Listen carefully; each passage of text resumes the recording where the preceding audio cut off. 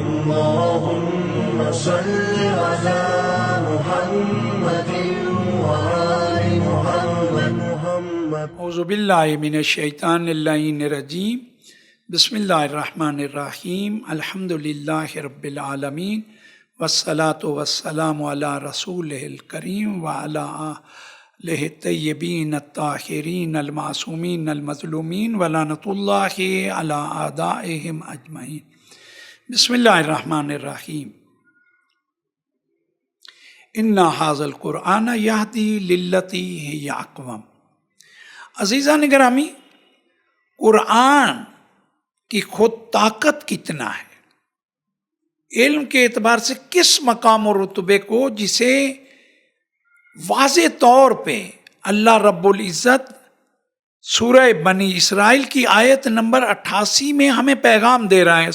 آیت نمبر 88 میں کیا خوبصورت انداز سے اللہ رب العزت نے ہمیں سمجھایا ہے. فرمایا ہے، اے میرے حبیب کل انہیں کہہ دو، لَإِنِ اجْتَمَعَتِ الْإِنسَ وَالْجِنَّ عَلَىٰ أَن يَأْتُوا بِمِثْلِ هَٰذَا الْقُرْآنِ لَا يَأْتُونَ بِمِثْلِهِ.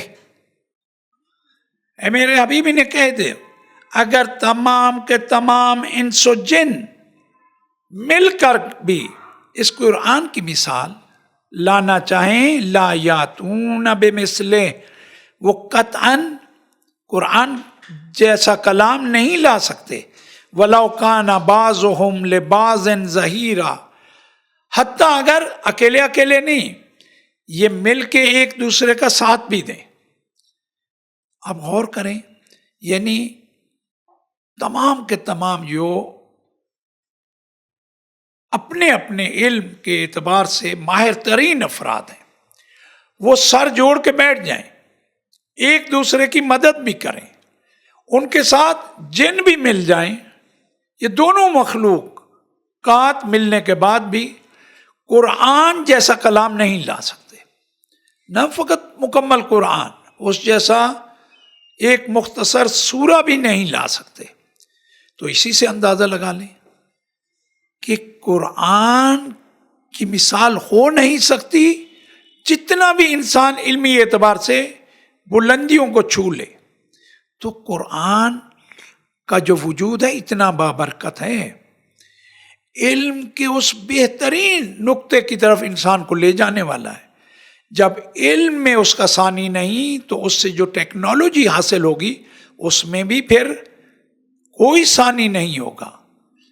ہم ذرا غور کریں، ہم نے کیسی کتاب کو پیٹھ کی ہوئی ہے. اللہ رب العزت نے ہم پہ عطا کی، ہمیں یہ کتاب دی تاکہ ہم اس کے علوم سے بہرہ مند ہو کے دنیا و آخرت کی کامیابیوں کو حاصل کر لیں. ہم دنیا میں دوسروں کے محتاج ہو گئے اس کتاب کے ہوتے ہوئے، وجہ ہم غافل ہیں، اس کی اہمیت سے غافل ہیں، اس کے مقام و رتبے سے غافل ہیں، اس کی جو شان ہے اس سے غافل ہیں. کاش ہم اس کے ساتھ اپنے رشتے کو مضبوط سے مضبوط تر کر لیں. ایک مقام پہ رسول اللہ فرماتے ہیں، اِنَّ لِلْقُرْآنِ ظَہْرًا وَبَطْنًا وَلِبَطْنِهِ بَطْنٌ. یعنی اس قرآن کا ظاہر بھی ہے، باطن بھی ہے، اور باطن کے بھی کئی باطن ہیں. اِلَى سَبْعَةِ أَبْطُنٍ، 7 باطن ہیں. یعنی ایک ہے ظاہر، اس سے ممکن ہم کسی حد تک آشنا ہو جائیں، لیکن باطن سے، اس کے باطن سے جو ہماری نظروں سے چھپا ہوا ہے، رسول اللہ معصومین اس سے آگاہ ہیں. تبھی تو ہے کہ کوئی چیز کائنات کی ایسی نہیں ہے ابتدا سے آخر تک جو اس قرآن میں بیان نہ کی گئی ہو. کسی نے مولا کائنات سے سوال کیا، کہا مولا یہ جو کہا جاتا ہے قرآن کے کئی باطن ہیں اس ظاہر کے علاوہ، اور علم اتنا زیادہ ہے کہ اس جتنا علم کہیں ہو نہیں سکتا.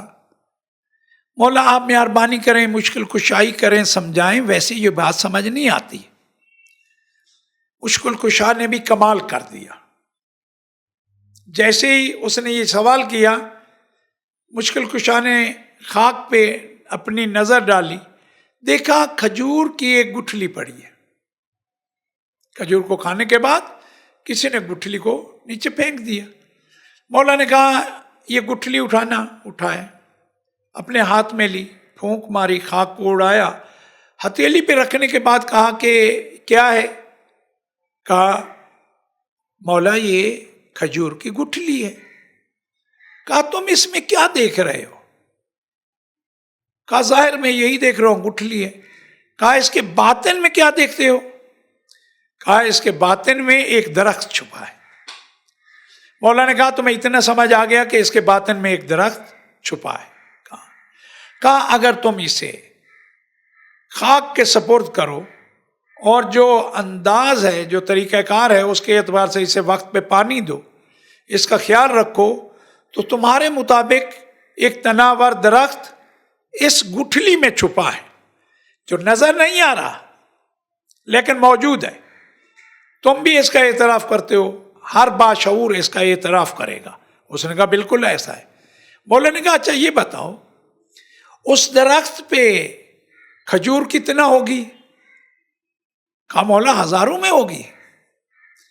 کہا اگر وہ ہزاروں کھجوریں کھانے کے بعد ان ہزاروں گٹھلیوں کو خاک کے سپرد کر دیا جائے تو کتنے درخت ہوں گے؟ اس نے کہا ہزارہ ہوں گے.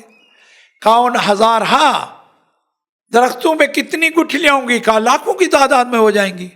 کہا وہ لاکھوں کی تعداد میں گٹھلیاں اگر اس خاک کے سپرد کر دی جائیں تو پھر کتنے اس پہ کھجور کے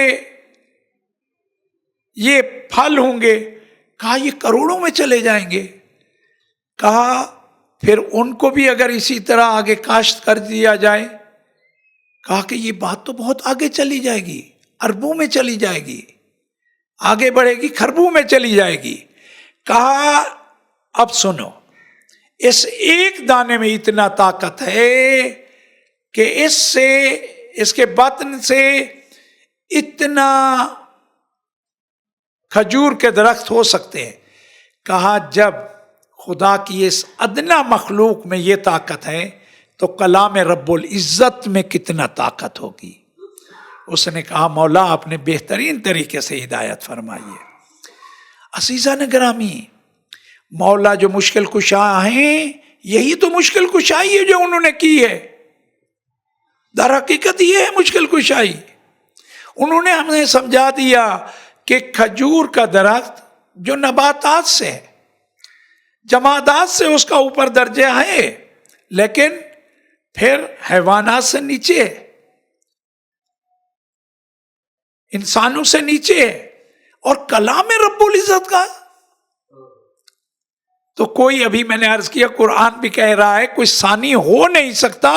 تمام جن و انس کے قابل ترین لوگ جدا جدا نہیں، سب مل کے بھی چاہیں تو نہیں ہو سکتا. تو قرآن کی یہ شان ہے. اتنا بابرکت کتاب کو ہم نے یقین جانے اصولی طور پہ پیٹھ کی ہوئی ہے. ضرورت ہے ہمارے معاشرے کو اس سے اپنے رشتے کو مضبوط کریں، اس کا صحیح معنی میں مطالعہ کیا جائے، تلاوت کی جائے. پہلے مرحلے میں ترجمہ، دوسرے نمبر پہ تفاسیر کی طرف رجوع کیا جائے اور حاصل کیا جائے جو اللہ ہمیں عطا کرنا چاہتا ہے. ہم اتنی بڑی نعمت کے ہوتے ہوئے جہالت کے اندھیروں میں ڈگمگا رہے ہیں. اس کتاب پہ ہم ایمان لائے ہیں، یہ ہمارے رسول کے قلب پہ اتری ہے یہ کتاب، اور رسول اللہ ہمیں یہ پیغام دے گئے ہیں، انی تارکن فیکم الثقلین کتاب اللہ و اطرتی اہل بیتی ما ان تمسکتم بہما لن تضلوا بعدی. اگر اس سے متمسک ہوگے پھر گمراہ نہیں ہوگے، جب گمراہ نہیں ہوگے کامیاب ہو جاؤ گے، جب کامیاب ہو جاؤ گے یہ دنیا بہت مختصر ہے، آگے کی زندگی عالم برزخ اور حساب کتاب کے بعد کا معاملات سب ہمارے لیے بہترین سے بہترین ہو جائیں گے۔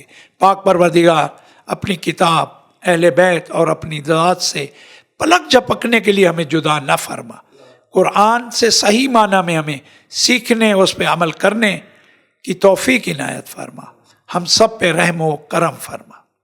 اللهم صل على محمد وعلى